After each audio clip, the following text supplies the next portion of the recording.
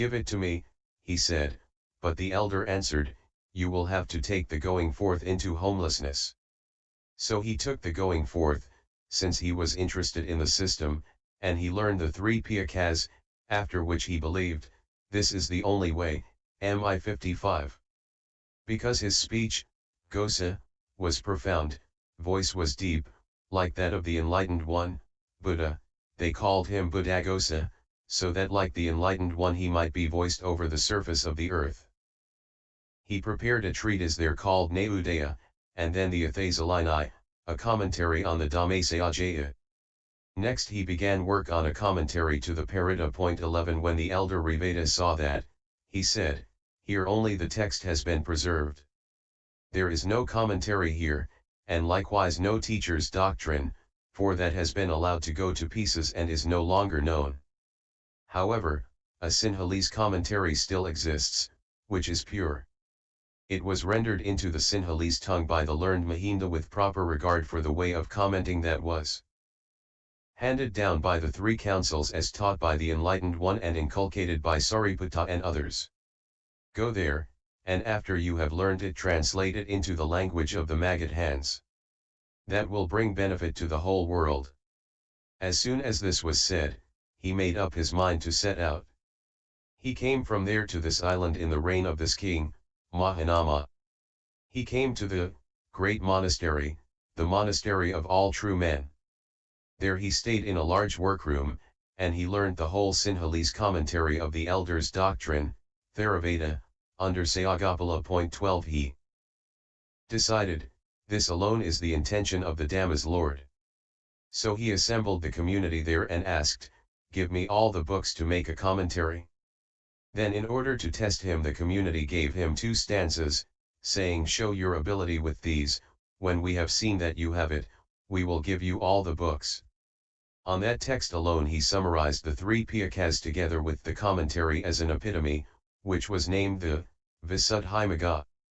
Then, in the precincts of the sapling of the Enlightenment Tree, in Anuradhapura, he assembled the community expert in the Fully Enlightened One system, and he began to read it out. In order to demonstrate his skill to the multitude, deities hid the book, and he was obliged to prepare it a 2nd time, and again a 3rd time. When the book was brought for the 3rd time to be read out, the gods replaced the other 2 copies with it. Then the bhikkhus read out the 3 copies together, and it was found that there was no difference between the 3 in either the chapters or the meaning or the order of the material or the phrases and syllables of the Theravada texts. With that the community applauded in high delight, and again it was said, "Surely this is the Bodhisatta, Metteyya." They gave him the books of the 3 Piþakas together with the commentary. Then, while staying undisturbed in the Library Monastery, he translated the Sinhalese Commentary into the Magadhan language, the root speech of all, by which he brought benefit to beings of all tongues. The teachers of the elders' tradition accepted it as equal in authority with the texts themselves. Then, when the tasks to be done were finished, he went back to Jambudìpa to pay homage to the Great Enlightenment Tree. And when Mahanama had enjoyed 22 years' reign upon earth and had performed a variety of meritorious works, he passed on according to his deeds, MHVXXXVII.21547. King Mahanama is identified with the King Srinivasa and the King Sirikutta mentioned respectively in the epilogues to the Vinaya and Dhammapada commentaries. There is no trace, and no other mention anywhere, of the Metteyya. The Athasalini described as composed in India could not be the version extant today, which cites the Sri Lankan commentaries and refers to the Visuddhimagga. It will have been revised later. The prologues and epilogues of this author's works are the only instances in which we can be sure that he is speaking of his own experience and not only simply editing, and while they point only to his residence in South India, they neither confute nor confirm the Mahavasa statement that he was born in Magadhan, see note 8. The Sri Lankan chronicles survived the historical criticism to which they were subjected in the last 100 years. The independent evidence that could be brought to bear supported them, and Western scholars ended by pronouncing them reliable in essentials. The account just quoted is considered to be based on historical fact even if it contains legendary matter. It is not possible to make use of the body of Bhatten Thackeray Buddhaghosa's works to test the Mahavasa's claim that he was a learned Brahmin from central India, and so on. It has been shown already how the presumption is always, where the contrary is not explicitly stated, that he is editing and translating material placed before him rather than displaying his own private knowledge, experience, and opinions. And so it would be a critical mistake to use any such passage in his work for assessing his personal traits, for in them it is, pretty certainly, not him we are dealing with at all but people who lived 3 or more centuries earlier. Those passages probably tell us merely that he was a scrupulously accurate and conscientious editor. His geographical descriptions are translations, not eyewitness accounts. Then, such a sutta passage as that commented on in chapter I, 8697 of the present work, which is a part of a sutta used by bhikkhus for daily reflection on the 4 requisites of the life of a bhikkhu, is certain to have been fully commented on from the earliest times, so that it would be just such a critical mistake to infer from this comment anything about his abilities as an original commentator, or anything else of a personal nature about him or his own past experience. Point 13. And again, the controversial subject of the origin of the Brahmin caste, CMA 2418, must have been fully explained from the Buddhist standpoint from the very start. If then that account disagrees with Brahmanical lore, and it would be odd, all things considered, if it did not, there is no justification for concluding on those grounds that the author of the Visuddhimagga was not of Brahmin origin and that the Mahavasa is wrong. What does indeed seem improbable is that the authorities of the Great Monastery, resolutely committed to oppose unorthodoxy, would have given him a free hand to correct their traditions to accord with Brahmanical texts or with other alien sources. Even if he had so wished. Again, the fact that there are allusions to extraneous, non-Buddhist literature, e.g. 7.58, 16.4 and .2, 16.85, etc., hardly affects this issue because they too can have been already in the considerations when he says, more positive evidence, that he was not a North Indian Brahmin, is in the passage Yoahasati I Agazantapasa. Tasavanada hadisu samhavo vedatavo, I.86. Heat, the heat of fire, such as occurs at the time of forest fires, etc. This is a comment upon protection against heat given by Asivara. His explanation is obviously ridiculous. It is not known to Indian southerners that a bare skin is sure to be sunburned in the northern summer, p. 12. And Professor Kosumbi has not only overlooked the fact that it is almost certainly translated material that he is criticizing as original composition, but he appears not to have even read the whole passage. The sutta sentence, MI 10, commented on in the Visuddhimagga, I.86-87, contains 2 words yoaha and atapa. If, before condemning the explanation as ridiculous, he had read on, he would have found, a line or 2 below, the words atapo ti sariyatapo, burning is. Burning of the sun, I.87, material he was editing or supplied to him by the elders with whom he was working. What might repay careful study are perhaps those things, such as certain Mahayana teachings and names, as well as much Brahmanical philosophy, which he ignores though he must have known about them. This ignoring cannot safely be ascribed to ignorance unless we are sure it was not dictated by policy, and we are not sure at all. His silences, in contrast to the author of the Paramathamangasa, are sometimes notable in this respect. The popular novel called Buddhagosapati, which was composed in Burma by an elder called Mahamogala, perhaps as early as the 15th century, is less dependable. But a survey without some account of it would be incomplete. So here is a précis. Near the Bodhi tree at Gaya there was a town called Gosa. Its ruler had a Brahmin chaplain called Kesi married to a wife called Kesanai. An elder bhikkhu, who was a friend of Kesi, used to wonder, when the Buddha's teaching was recited in Sinhalese, and people did not therefore understand it, who would be able to translate it into Magadhan, Pai. He saw that there was the son of a deity living in the Tavatai heaven, whose name was Gosa and who was capable of doing it. This deity was persuaded to be reborn in the human world as the son of the Brahmin Kesi. He learned the Vedas. One day he sat down in a place sacred to Vishnu and ate peas. Brahmans angrily rebuked him, but he uttered a stanza, the pea itself is Vishnu, who is there called Vishnu? And how shall I know which is Vishnu? And no one could answer him. Then one day while Kesi was instructing the town's ruler in the Vedas, a certain passage puzzled him, but Gosa wrote down the explanations on a palm leaf, which was found later by his father, chapter I. Once when the elder bhikkhu was invited to Kesi's house for a meal, Gosa's mat was given to him to sit on. Gosa was furious and abused the elder. Then he asked him if he knew the Vedas and any other system. The elder gave a recitation from the Vedas.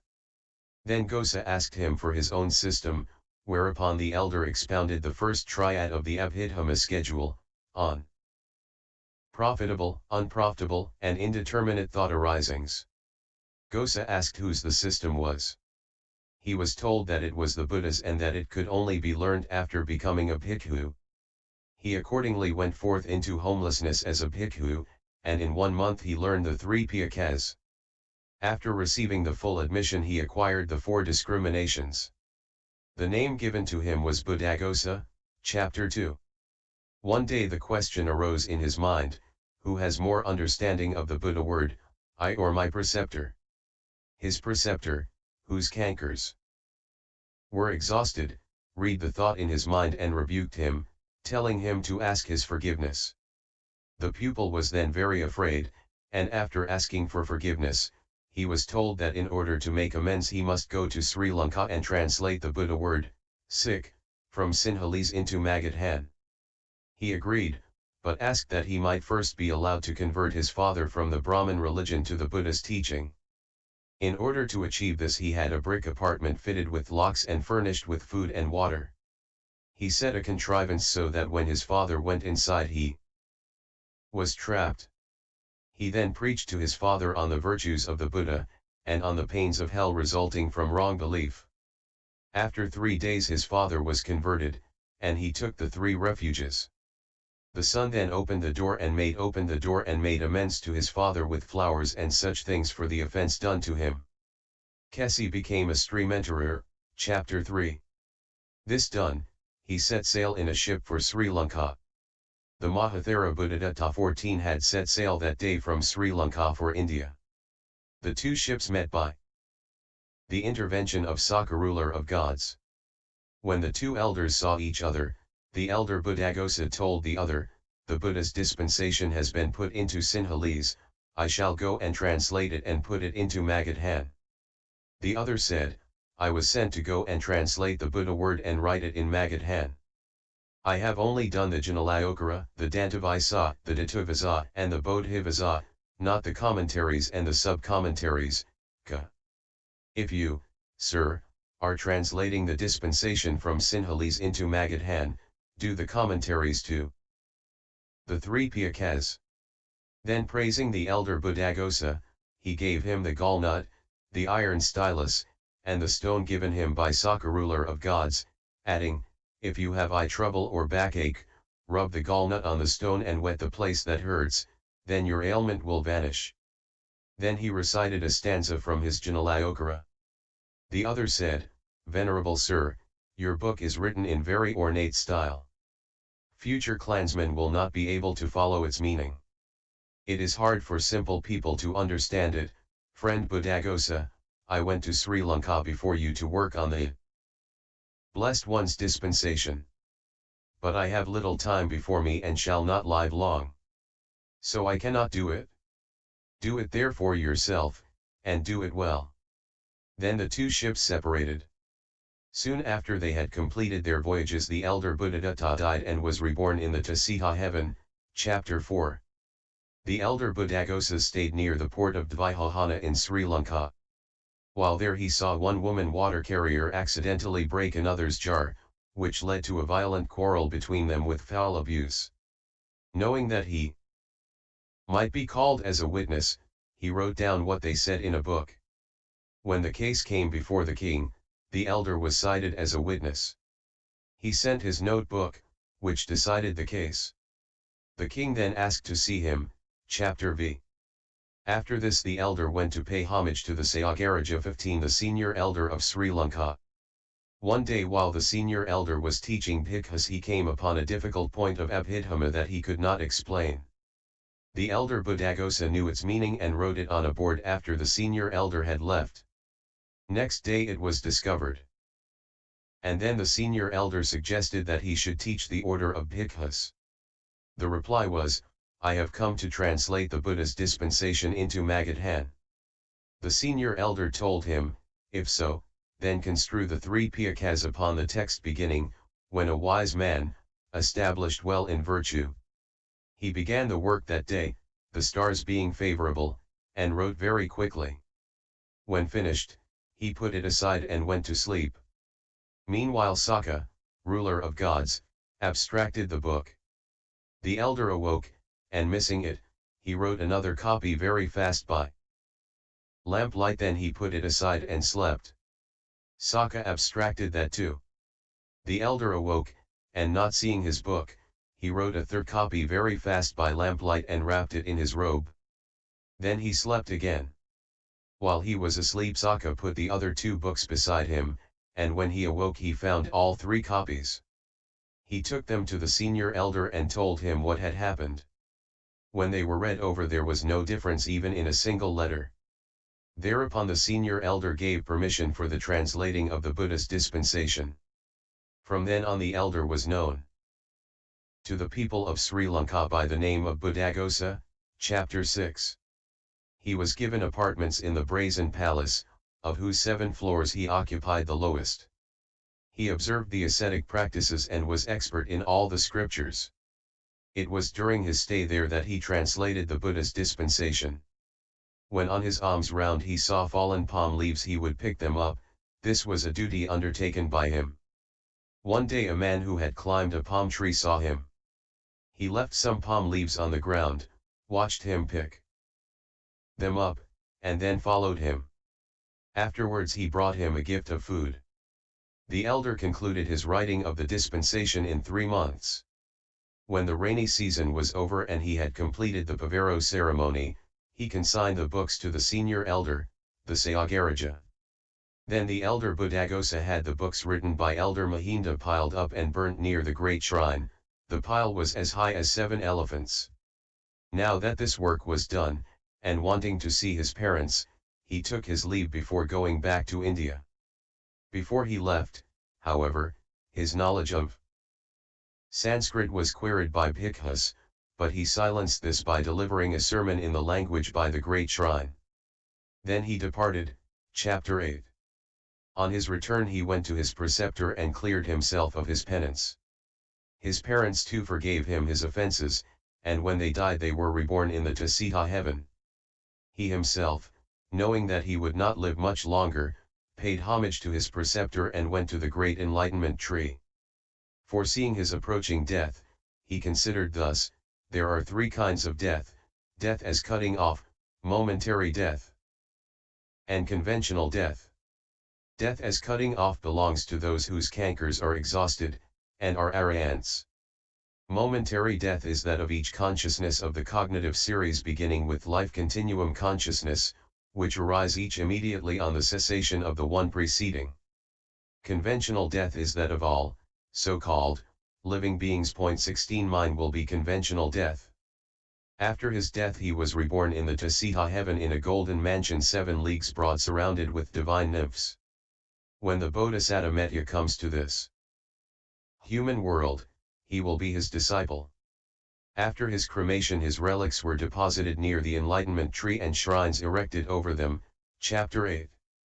It has already been remarked that the general opinion of European scholars is that where this imaginative tale differs from, or adds to, the Mahavajra's account, it is in legend rather than history.